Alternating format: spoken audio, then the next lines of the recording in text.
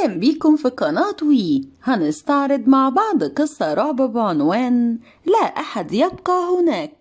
بعد عناء وجد والدي شقة بالقرب من مقر عمله الجديد وقام باستئجارها، وسافرنا أنا وأمي للعيش معه. لكن بعد أسبوع واحد فقط استيقظت أمي من النوم وحزمت حقائبنا وغادرنا بسرعة، ولأنني كنت صغيرا جدا وقتها لم أسأل عن السبب. ذهبنا إلى بيت خالتي التي كانت تسكن في المدينة نفسها، ومن هناك اتصلت أمي بأبي وأخبرته أنها لن تعود إلى تلك الشقة أبدا. حاول والدي إقناعها بالعدول عن قرارها لأنه قد يخسر الكثير من المال عندما يفسخ عقد الإيجار، لكن أمي أصرت على رأيها، وبالفعل وجد لنا أبي شقة غيرها. بعد سنوات روت لي أمي حقيقة ما حدث ذلك اليوم، وقالت: أثناء نومي ذلك اليوم راودني كابوس مزعج، رأيت فيه أنني كنت خارجة من غرفتي ذاهبة إلى المرحاض،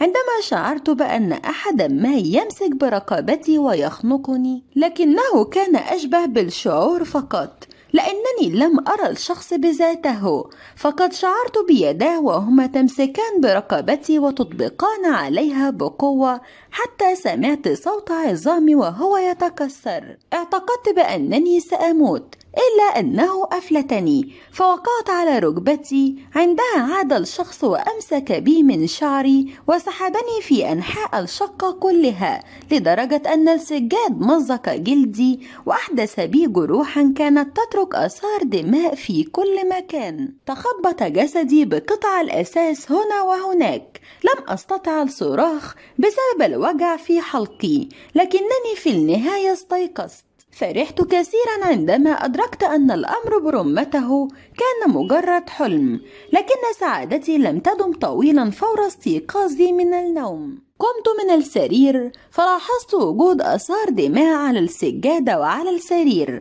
كان مصدرها جروح في ساقي وبالتحديد عند ركبتي بالضبط كما رأيت في الحلم. أسرعت إلى المرآة وكما توقعت وجدت كدمات على رقبتي، تقريبا كان جسدي كله مغطى بالكدمات والجروح. إنه المشهد نفسه الذي رأيته في الحلم، فقررت أن الأمر كان حقيقي وأن هناك جني بالمكان ربما يحاول قتلنا كي نترك له المكان. سألت أمي ما إذا كانت قد فكرت في تفسير منطقي لما حدث معها. عندها قالت لي: فكرت في احتمالات كثيرة، لكن ما أكد لي أن الأمر لا يمكن تفسيره بالمنطق هو ما اكتشفه والدك عندما ذهب إلى صاحب الشقة لإبلاغه بفسخ العقد.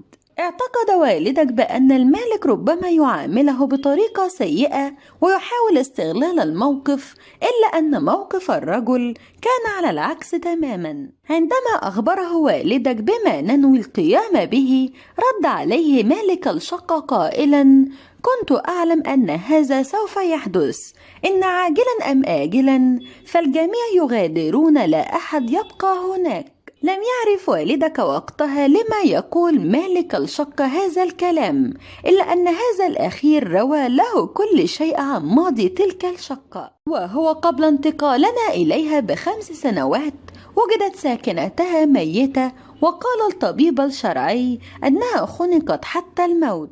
ومنذ هذه الحادثة يأتي الناس للسكن في هذه الشقة، لكنهم يغادرون بعد أيام قليلة. شكرا لمتابعتكم سنسعد باشتراككم بالقناة وإعجابكم بالقصة ومشاركتها وتعليقكم عليها. انتظرونا في قصة جديدة من